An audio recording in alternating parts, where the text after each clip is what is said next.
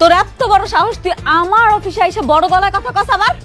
আরে ভাবি, আপনি না সবসময় ধৈর্যের পরীক্ষা নেন, যদিও বা আমার ধৈর্য না অনেক বড়। তুই সামন করতেছিস কেন? কি হয়েছে মা? খবরদার, খবরদার, তোমরা আমারে ছুঁইবা না।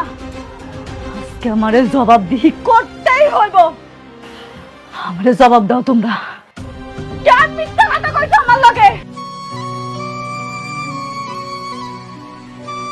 বন্ধুরা, নাটকের এই পর্বটি শুরু থেকেই ছিল অত্যন্ত টান টান উত্তেজনাপূর্ণ, কারণ এখানে শুধু একটি সম্পত্তির প্রশ্ন নয়, একটি মানুষের পরিচয়, সম্মান এবং জীবনের প্রশ্ন জড়িয়ে রয়েছে।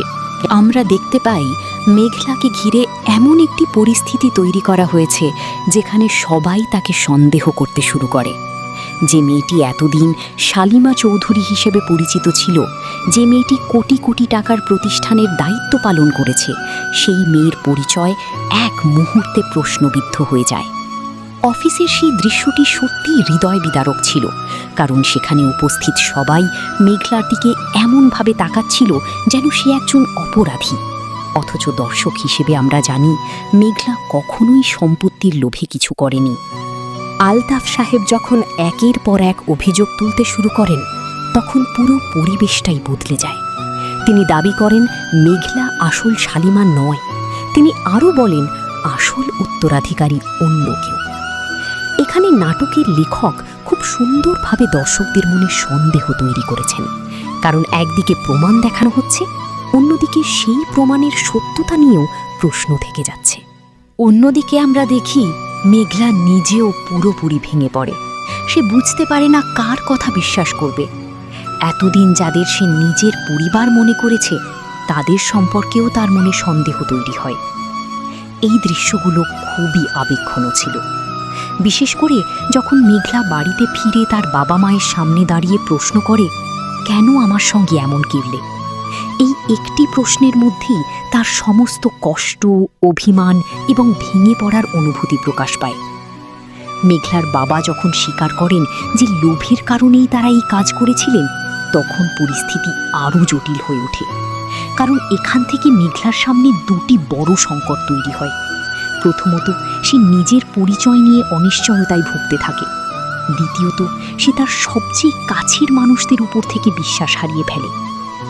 বন্ধুরা, বাস্তব জীবনেও আমরা অনেক সময় দেখি মানুষ অর্থের জন্য এমন কিছু সিদ্ধান্ত নিয়ে ফেলে যার পরিণতি বহু বছর ধরে ভোগ করতে হয়। নাটকটি সেই বাস্তবতাকেই খুব সুন্দরভাবে তুলে ধরেছে।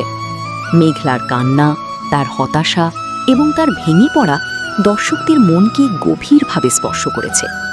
বিশেষ করে যখন সে বলে, আমি না শালিমা হতে পারলাম, না মেঘলা হয়ে থাকতে পারলাম। এই সংলাপটি পুরো পর্বের অন্যতম শক্তিশালী সংলাপ। অন্যদিকে আমরা যদি অনিকের চরিত্র বিশ্লেষণ করি, তাহলে বলতে হবে এই মুহূর্তে গল্পের সবচেয়ে ইতিবাচক চরিত্র সে। কারণ সবাই যখন মেঘলাকে সন্দেহ করছে, তখন একমাত্র অনিকই তাকে বিশ্বাস করছে। অনিক জানে মেঘলা কেমন মানুষ। সে জানে মেঘলা কখনো সম্পত্তির লোভে মিথ্যা বলতে পারে না। এই কারণে সে সত্য খুঁজে বের করার সিদ্ধান্ত নেয়। অনিকের এই সিদ্ধান্ত গল্পকে নতুন দিকে নিয়ে গেছে।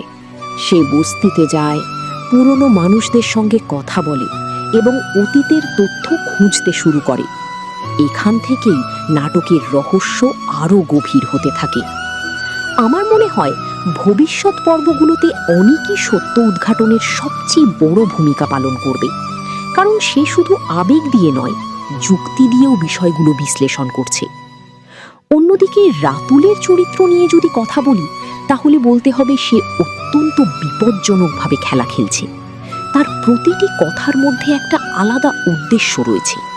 সে কখনো সরাসরি নিজের পরিকল্পনা প্রকাশ করে না, বরং অন্যদের ব্যবহার করে নিজের লক্ষ্য পূরণ করতে চায়।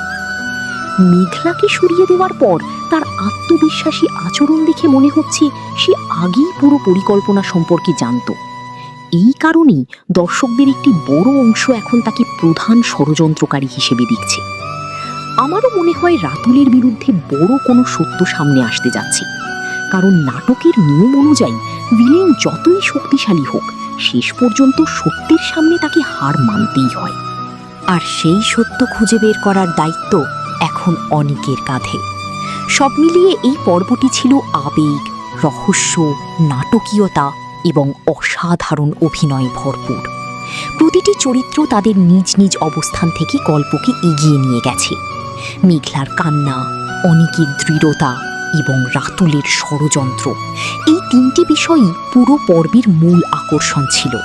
আর সবচেয়ে বড় বিষয় হলো, গল্প এখন এমন এক জায়গায় এসে দাঁড়িয়েছে যেখানে প্রতিটি নতুন পর্ব দর্শকদের আরও বেশি কৌতূহলী করে তুলছে।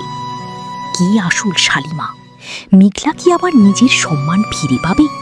অনেক কি সত্য প্রমাণ করতে পারবে? আর রাতুলের আসল মুখোশ কবে খুলবে? এই প্রশ্নগুলোর উত্তর জানার জন্য এখন সবাই অধীর আগ্রহে অপেক্ষা করছে। আমার মনে হচ্ছে আগামী পর্বগুলোতে আরও বড় রহস্য সামনে আসবে এবং গল্প পুরোপুরি নতুন মোড় নিতে যাচ্ছে।